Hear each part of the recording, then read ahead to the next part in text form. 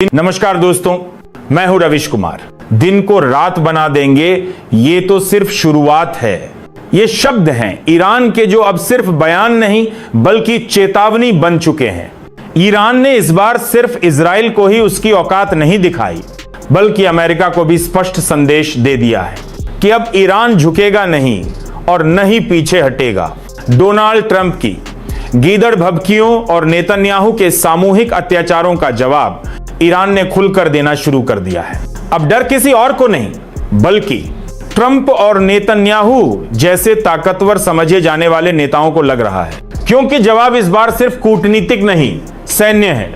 Video में आगे बढ़ें उससे पहले हमें जरूर बताएं आप किस राज्य या देश से देख रहे हैं, और अगर आपने अब तक चैनल सब्सक्राइब नहीं किया है तो जरूर कीजिए। अब आइए जानते हैं कि इस जंग में कैसे ईरान ने अकेले अमेरिका और इजराइल की चालों को ध्वस्त कर दिया। डोनाल्ड ट्रंप बस बयानबाजी करते रह गए, लेकिन ईरान ने अपना काम कर दिखाया। ईरान ने साफ कह दिया था, हम ये युद्ध नहीं रोकेंगे जब तक हमारा हिसाब पूरा नहीं हो जाता, और उसका हिसाब तब तक अधूरा है जब तक बेंजामिन नेतन्याहू घुटनों के बल खड़ा न हो जाए। ईरान की मिसाइलें तैयार हैं, ड्रोन तैनात हैं और इजराइल के फाइटर जेट गिरने शुरू भी हो चुके हैं। डोनाल्ड ट्रंप अब इंसानियत की बातें कर रहे हैं, जबकि वही ट्रंप गाजा में मासूमों के खून पर हमेशा चुप रहते थे। कभी एक शब्द तक नहीं निकलता था उनके मुंह से, जबकि नेतन्याहू खुलेआम बच्चों की लाशों के ऊपर राजनीति रचते रहे। ईरान ने अब इन सब का जवाब देना शुरू कर दिया है।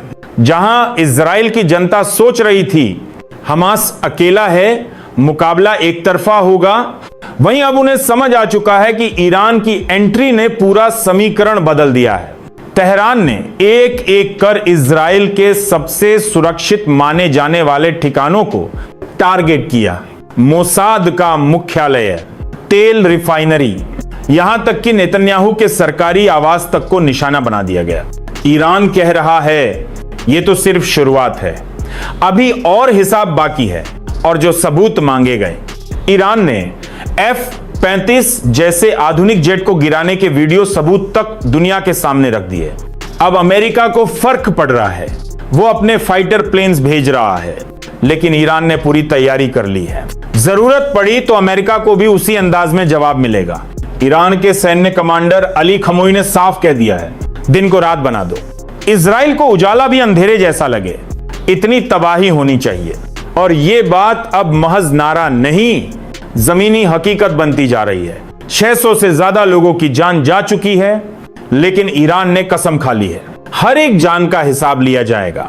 दूसरी तरफ इजराइल अभी भी गाजा पर बम बरसा रहा है, मासूमों की जानें ली जा रही हैं, मगर अमेरिका और पश्चिमी देश खामोश हैं। ये वही दोहरा मापदंड है जिससे आज पूरी दुनिया थक चुकी है।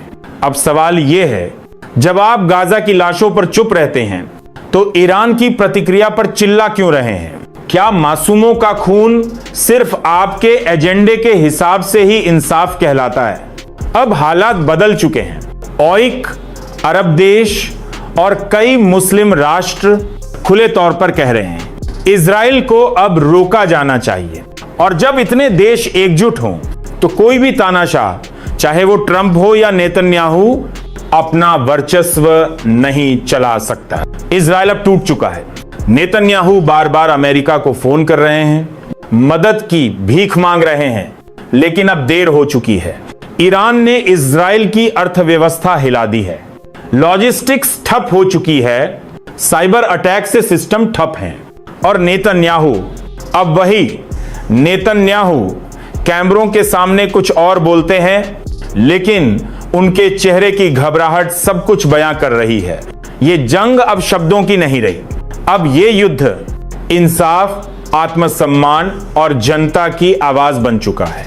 अगर अमेरिका ईरान के खिलाफ मैदान में उतरा तो इस बार अमेरिका को भी भारी कीमत चुकानी पड़ेगी।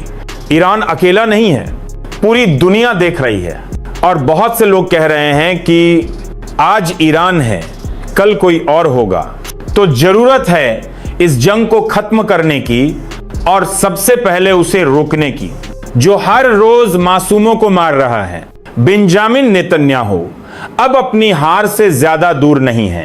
उनका अंत सामने खड़ा है और दुनिया को दिखाई भी दे रहा है। तो दोस्तों, अगर आपको भी लगता है कि अब दुनिया को सच के साथ खड़ा होना चाहिए तो इस वीडियो को लाइक करें और कमेंट में लिखें, हम सच्चाई के साथ हैं। हम मिलेंगे अगली बार एक और साहसिक, सच्ची और जन सरोकार वाली रिपोर्ट के साथ।